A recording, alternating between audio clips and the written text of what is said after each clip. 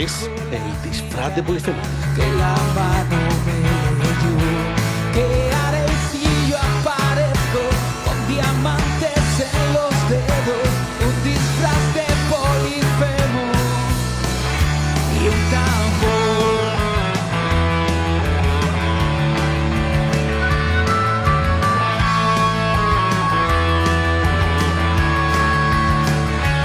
Sé que la vida es sueño, ya lo dijo Calderón, sea sueño. Y hoy, en el disfraz de Polifemo, viajamos al antiguo Egipto de la mano de Abraham Juárez.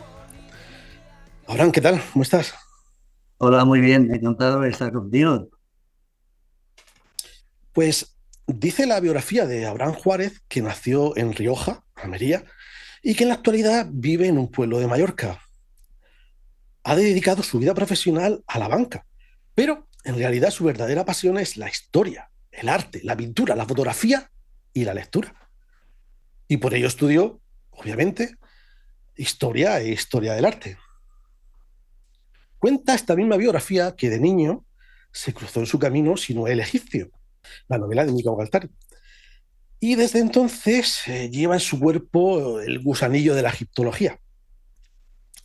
La primera novela de Abraham fue La faraona oculta, con la que ganó el quinto premio Edasa en 2022.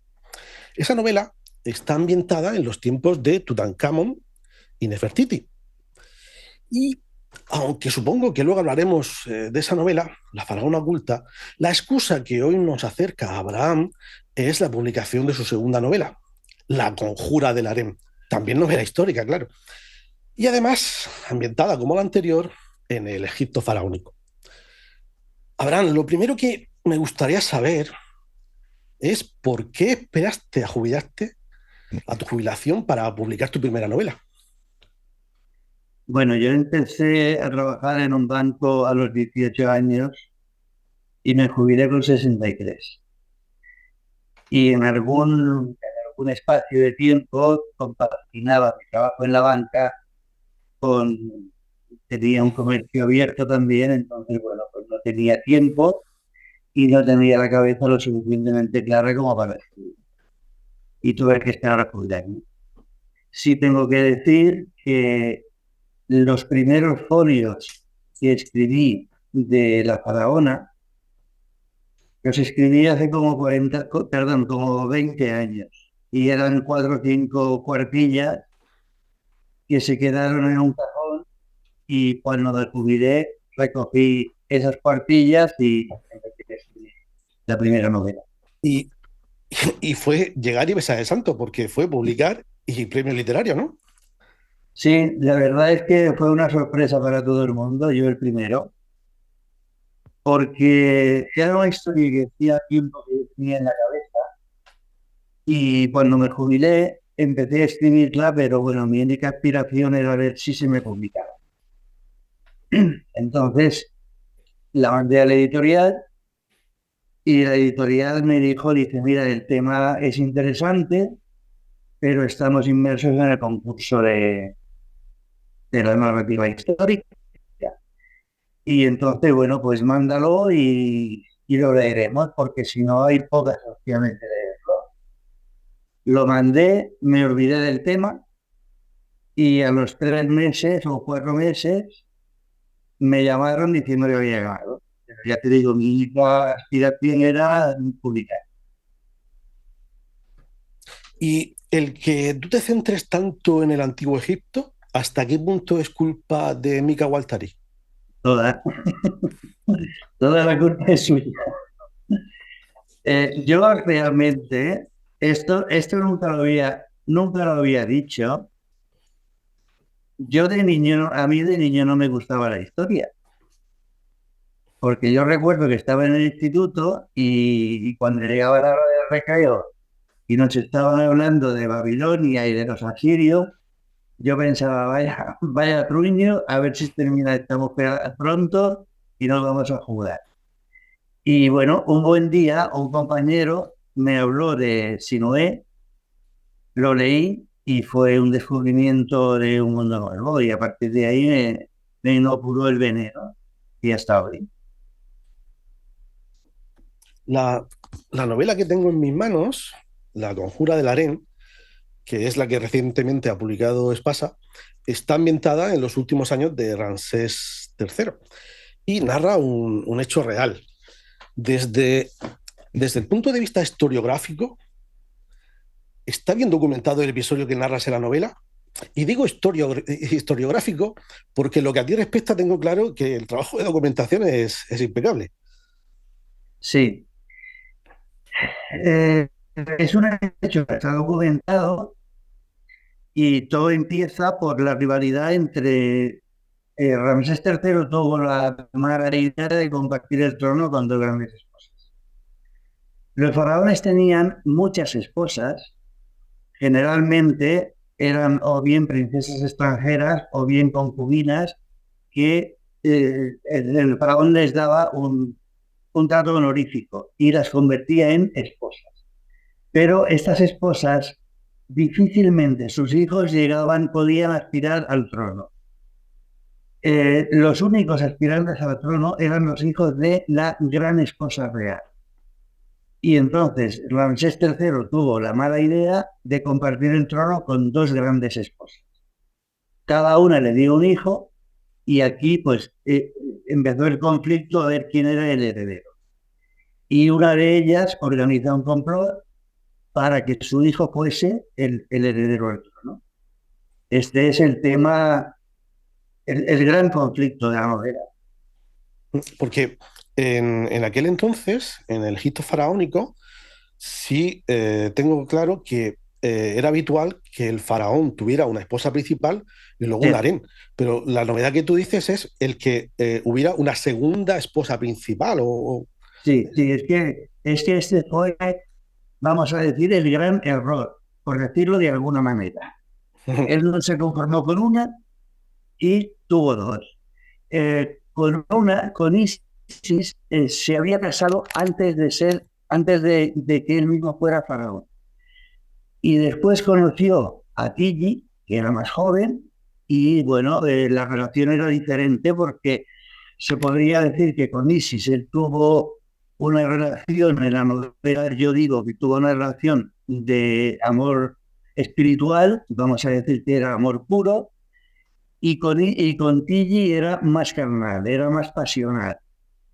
Entonces, bueno, pues ya te digo, cada una le dio un hijo y una de las dos organizó un complot para que su hijo fuese el heredero cuando no tenía derecho. Porque resulta que Isis le digo el primogénito, pero Isis era extranjera, mientras que Tigi era egipcia. Entonces, la egipcia pensaba que por derecho de sangre tenía que ser su hijo. Y aquí es donde viene el conflicto. Ujú. Te preguntaba antes por el tema de hasta qué punto está bien documentado eso histórico, este momento histórico, porque no sé, tú me dirás hasta qué punto es cierto o no, está como un poquito más documentado de lo habitual, ¿no? Y me refiero, Sí, para tener información sobre este hecho, creo que casi es más importante irnos al norte de Italia que al propio Egipto, ¿no? sí. Hay un papiro que es el papiro judicial de Turín, y luego hay otros dos papiros, uno es el papiro Robin y el papiro Lee. Y en los tres se habla de este juicio. Entonces ahí están los nombres de los acusados y las sentencias. Está muy bien documentado. Escribir novela histórica relatando hechos como estos, que más o menos están bien documentados, ¿eso es una ventaja o es un inconveniente? Bueno, para mí es una ventaja. Es una ventaja porque te facilita mucho el trabajo de investigación, que normalmente es duro. Y aquí, pues claro, ya partimos de una base real y siempre hay episodios oscuros, momentos oscuros, y esos momentos oscuros se tienen que arreglar con ficción, pero que ya partimos de una base bastante amplia y fiel. Ujú. Supongo que otro problema añadido es que los egipcios tenían la mala costumbre de que cuando a alguien se les cruzaba un poco o se le ponía entre ojos, los mandamases del momento no solo les daban matariles, sino que hacían todo lo posible para que se borrara la historia, ¿no? Que se borraran de la historia, así un poco a los Stalin. Con lo que habrá personajes por ahí importantes que en la historia que han sido intencionadamente borrados, ¿no? Sí, bueno, de hecho, era esto, los romanos lo llamaban la memoria, que era el olvido de la condena de la memoria, y se daba prácticamente en todos los faraones, incluso el gran Ramsés II, que ha pasado a la historia como uno de los grandes, tenía la mala costumbre de borrar en los monumentos y en las estatuas de faraones anteriores a él, tenía la costumbre de borrar el nombre y poner hijo. Entonces, mucho monumento y mucha estatua que se atribuye a Ramsés se sabe positivamente que se habían hecho para otros faraones.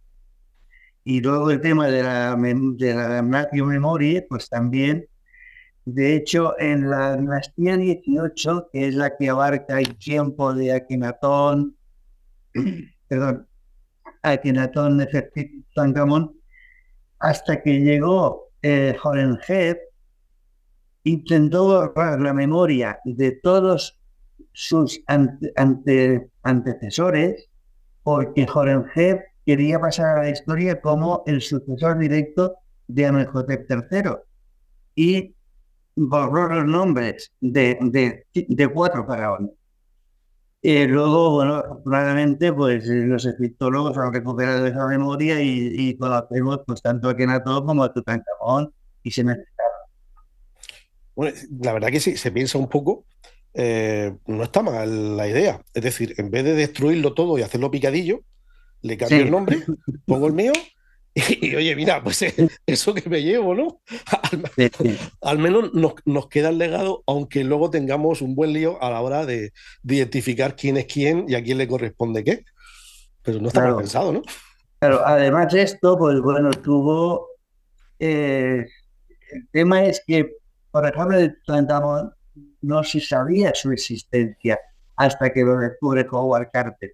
Entonces, eso obligó, evidentemente, a mover, digamos, lo que era la cronología de lo que se conocía hasta ese momento, de los faraones. Y yo, a ver, me la voy a jugar, pero yo no descartaría que todavía apareciera alguien nuevo por ahí. Y hubiera que volver a... Porque, por ejemplo, la tumba de Nefertiti, que está sin descubrir, con Nefertiti hay una gran duda, y es que no se sabe si reinó con el nombre de un varón. Eso no se sabe. Entonces, si se descubriera, si en el momento en el que se descubra la tumba, quizá hay que mover otra vez la cronología. Es algo que está por ahí pendiente todavía.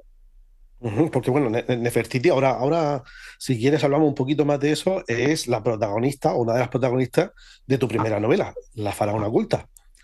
Sí, bueno, fue tanto la influencia de Nicanor Parison Sinoé que mi primera novela se ambienta en la misma época y con los mismos personajes. Hasta ese Ujú, punto me influyó. Sí. ujú.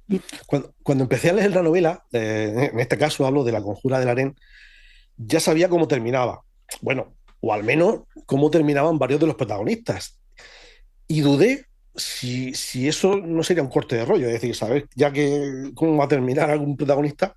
Pero claro, lo que se sabe a nivel histórico tampoco tiene muchos detalles. O sea, y el meollo de una buena historia entiendo que son los detalles, ¿no? Y la cuestión es, ¿hasta qué punto es un reto escribir sabiendo que parte del mapa del texto, de la historia, ya te viene dado y que el desenlace de algunos de los personajes no puede, perdón, y que el desenlace de algunos personajes no puede ser más que el que fue? Bueno, aquí digamos que yo jugué con la ventaja de que aunque se sabía cuál era el final, no se sabía cómo se llegó a ese final. La mano ejecutora no se sabía quién fue. Uh -huh. Entonces, claro, a ella, al escritor, ya le da un margen para fabular. Y bueno, entonces en este caso, pues yo he creado la figura de este padre con estos 3 hijos y aquí pues donde está el meollo de la cuestión. Mencionas e integras en la novela, aunque un poco de pasada, otro hecho histórico de esa época, que es la primera huelga, que por lo menos la primera huelga documentada. Sí. Aunque imagino que era mala época para el sindicalismo, ¿no?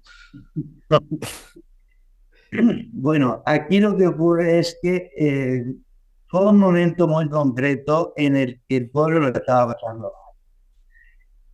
Egipto en aquel momento había salido de unas guerras, las crecidas del Nilo no habían sido lo, lo potentes que tendrían que haber sido, y entonces, bueno, pues no llegaba alimento a los trabajadores del pueblo de Deir el Medina, que era donde vivían los trabajadores.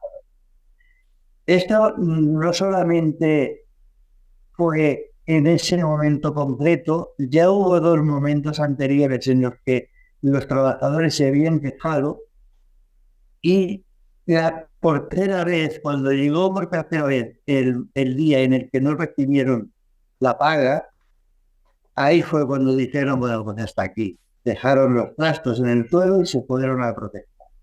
Y eso está documentado. Porque claro, todo el tema este de la huelga, tú también, aprovechando que se sabe el detalle, el hecho, pero no los detalles, lo integras como parte de la trama, como parte Sí, no como algo accesorio. Es algo que pasa de puntillas, pero que forma parte de la trama, ¿no? sí. Bueno, yo lo he aprovechado un poco para justificar el levantamiento del pueblo contra el faraón.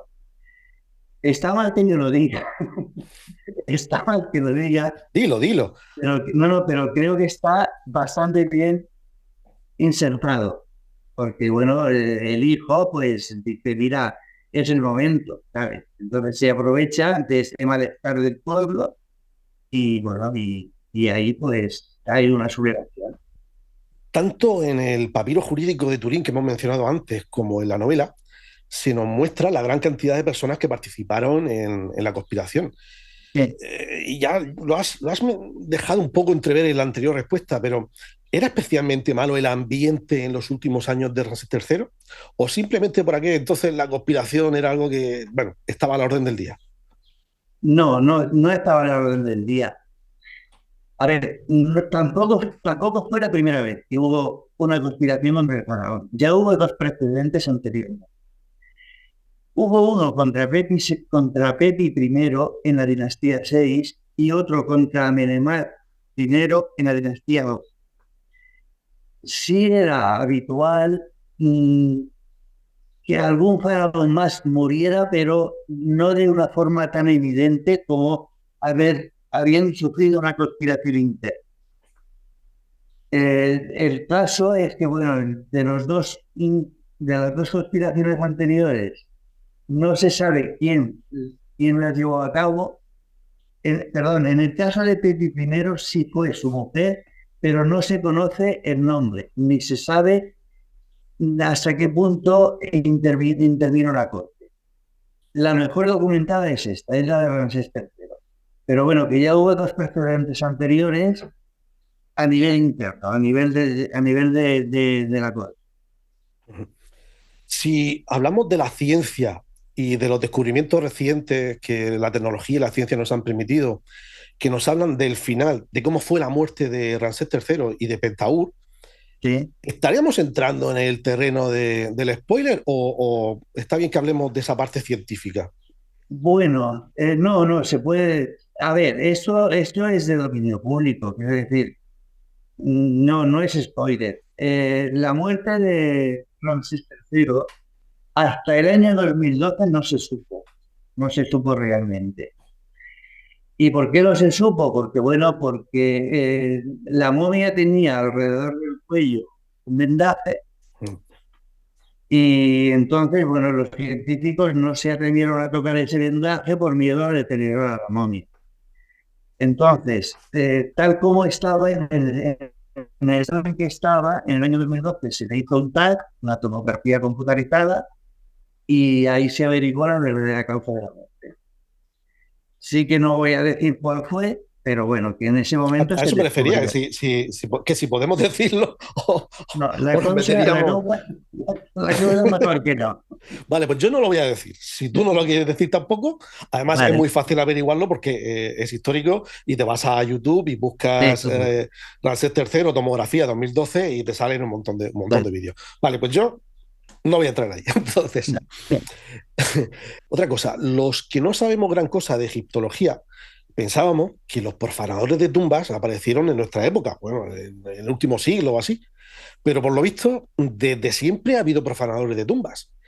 Y eso, que el castigo era algo así como el mayor posible que pudiera haber entonces, ¿no? ¿Era una cuestión de codicia o de necesidad? No, ya, yo pienso, personalmente pienso que era una cuestión de necesidad. La historia de Egipto empieza en el año 3100 y termina en el año 30 con, con Cleopatra, cuando Cleopatra ya pasa a formar parte de lo que es el Imperio Romano. Durante esos 3100 años hubo tres periodos que se llaman periodos intermedios. Y bueno, hubo momentos difíciles, complicados. Entonces el pueblo, bueno, sabía dónde estaba la riqueza, que era en las tumbas. Y yo personalmente pienso que cuando tienes hambre, pues el hambre pesa más que porque Mm. tienes que... Entonces ya hubo muchos expolios. Incluso los propios trabajadores que trabajaban en la tumba, claro, sabían por dónde meterse. Otras veces destruían fabricaban un pasillo interno hasta llegar a lo que era el sarcófago. Pero que, bueno, ya esto venía de muy antiguo. De hecho, la novela de La Conjura se basa en dos hechos históricos. Por una parte, lo que es el atentado contra Ramsés, y por otra parte, el descubrimiento de una tumba, que esto fue real. Lo que pasa es que esa tumba se descubre en el siglo XIX de nuestra época, en el año 1881, y en la tumba de la que yo hablo realmente existe, está en Deir el-Bahari, sobre el templo funerario de Hatshepsut. Y esto fue que un gran sacerdote de Amón, se llamaba Pinayem II, en el siglo X antes de Cristo, ante el riesgo del expolio de las tumbas de los faraones, él ordenó que se retiraran 53 momias y se las escondiera en esa tumba. La tumba se llama la DB 320, de el-Bahari 320, y los escondió allí. Entonces, hasta el siglo XIX de nuestra época, eso estuvo allí oculto. Y se descubrió accidentalmente por unos pastores, eran tres hermanos, descubrieron esta tumba y empezaron a comercializar con antigüedades. Y bueno, esto ya sería otra historia del descubrimiento. Eso es para otra novela también, porque fue muy interesante el descubrimiento. La propagación intencionada de bulos o fake news, nos pensábamos también que lo hemos inventado nosotros, pero leyéndote tus dos novelas, bueno, sobre todo esta de La Conjura del Harén, vemos que eso ya nos viene de lejos, ¿no? Y que además funciona, ¿no? Bueno, esto es un recurso literario. Yo no sé exactamente, no creo que fuera como yo lo he escrito, pero yo necesitaba un argumento para conseguir que la reina tuviese detrás de ella una serie de personas que la ayudaran en su objetivo.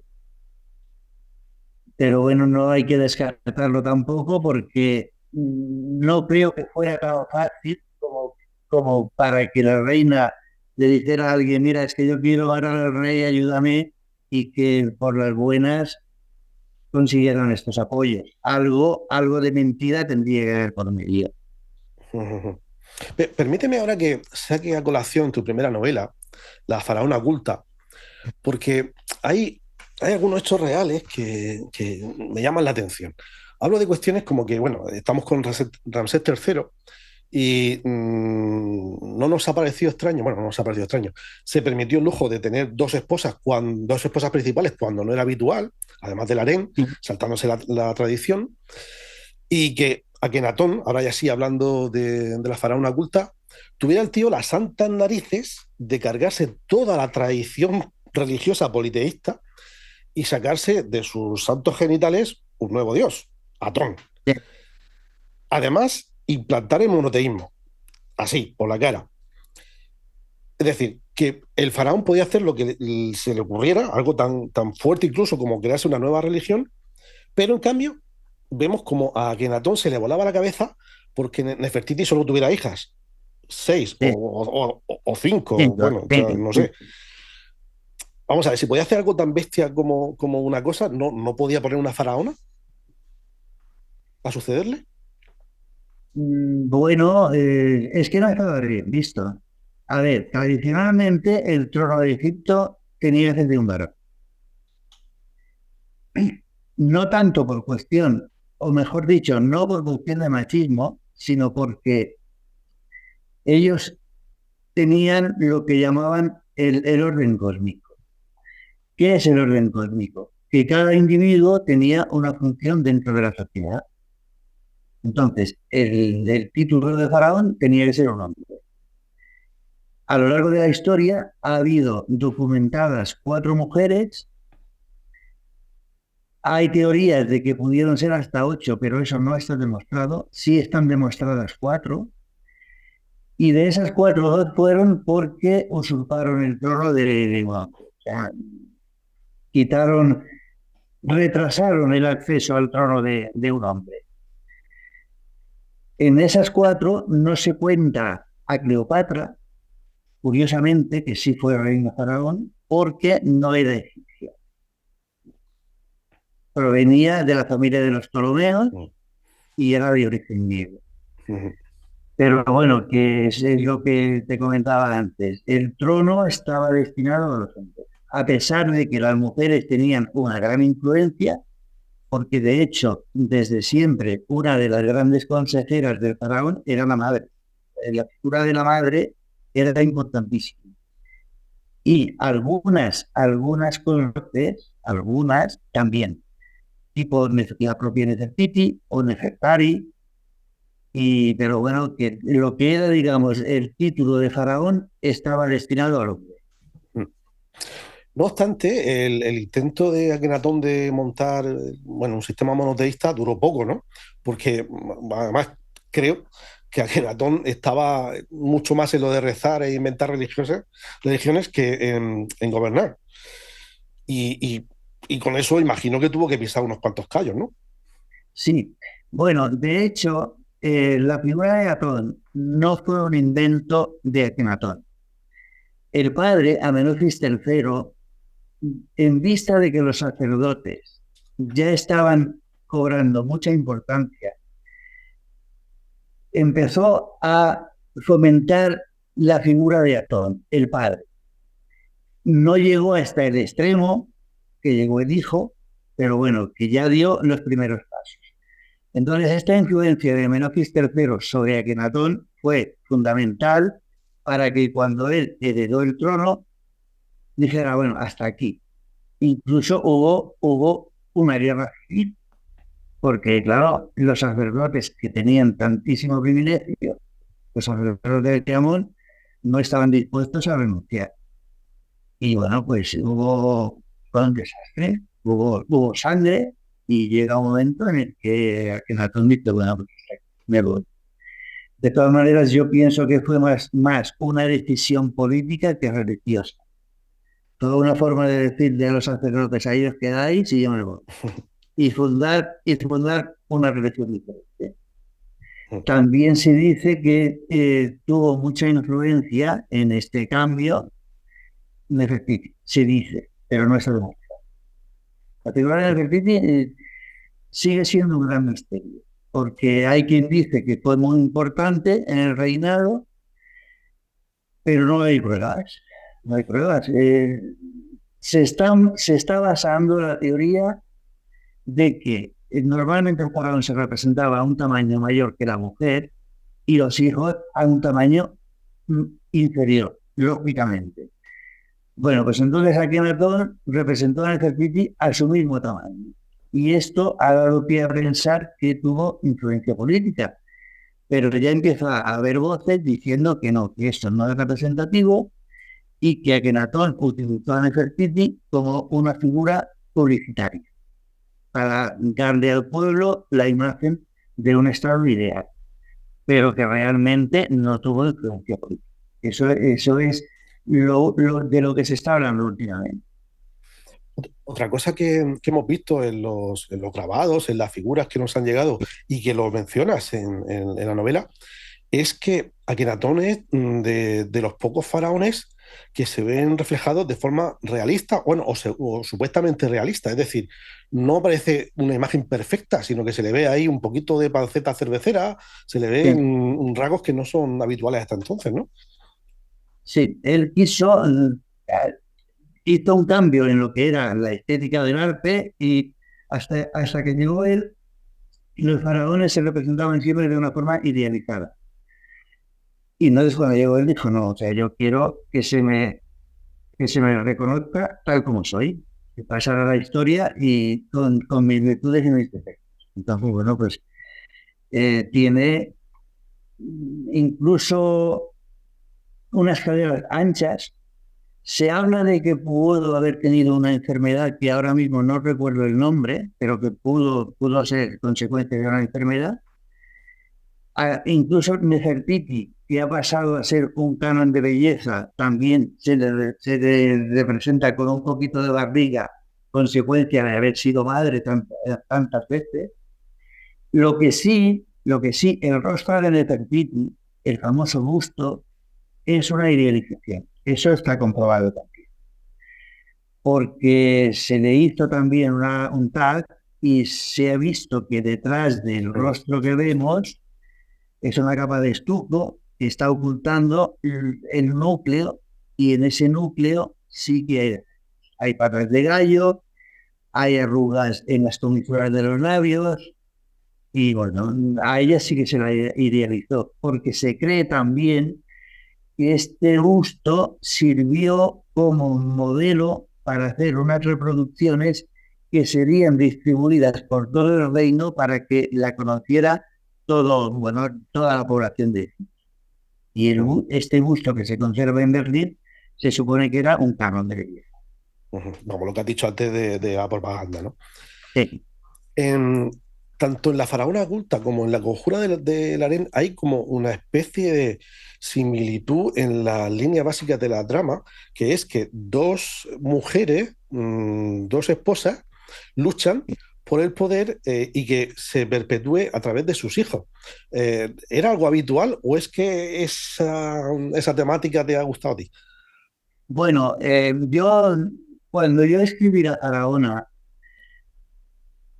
yo no la titulé la Faraona oculta, yo la titulé la otra Nefertiti, porque el personaje de Terishepa, que es ficticio, aunque sea ficticio, está basado en realidad en algo que se dice que pudo haber pasado con Nefertiti. Se dice que el rey Amenofis III pidió a otro rey le pidió una princesa que era Cirujepa, y esta Cirujepa hay quien la está identificando con Nefertiti. Entonces yo, aprovechando ese hecho, creé el personaje de Terisepa, pero no tiene nada que ver. Eso en la faraona es completamente ficción. No existió esa rivalidad con otra persona.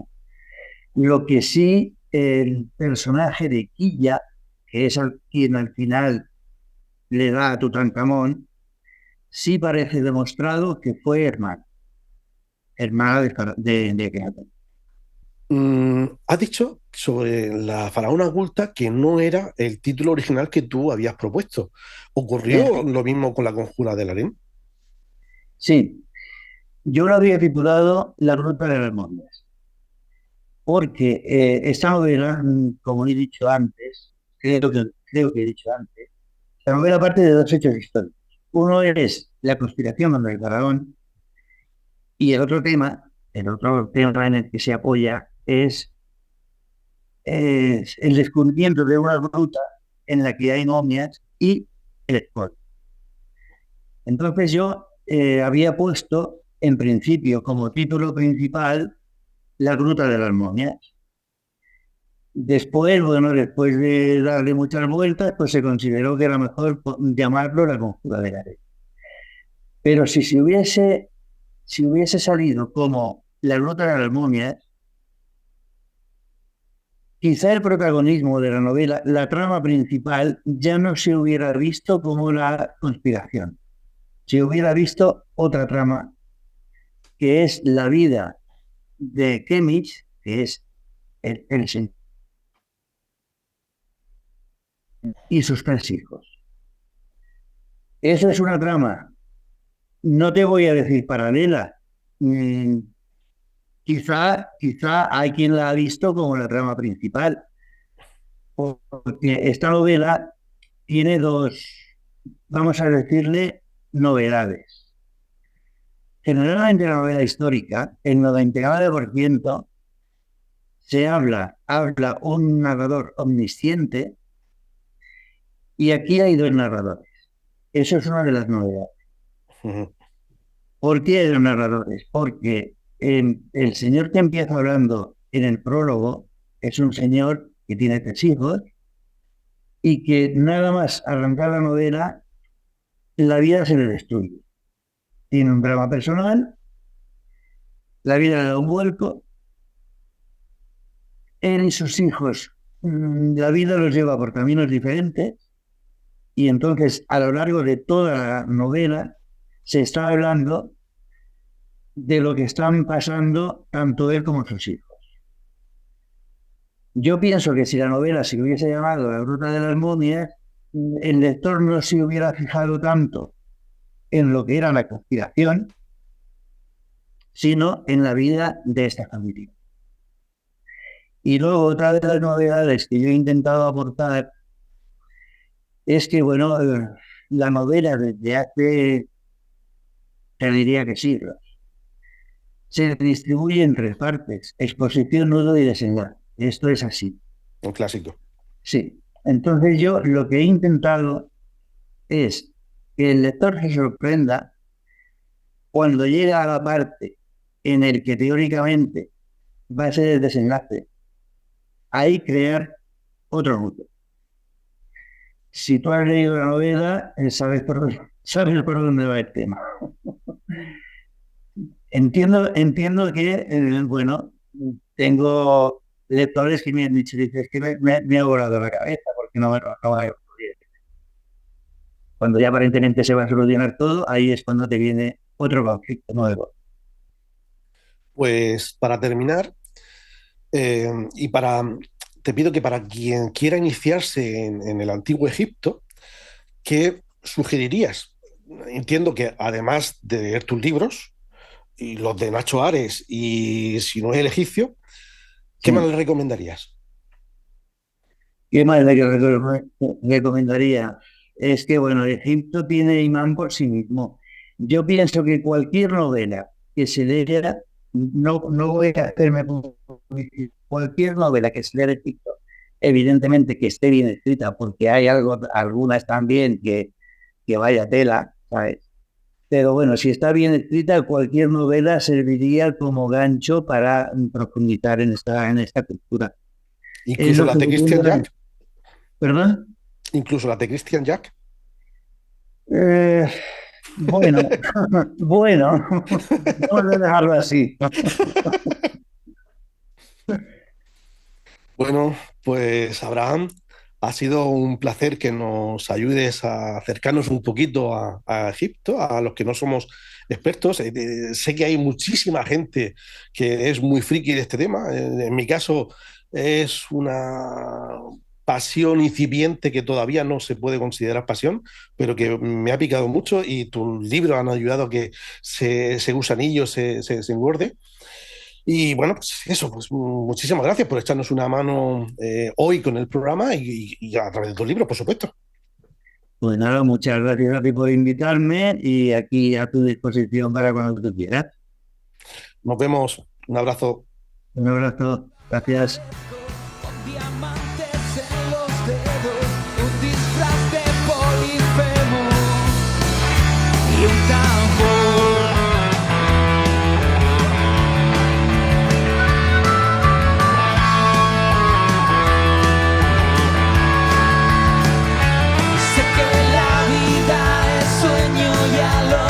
dijo Calderón.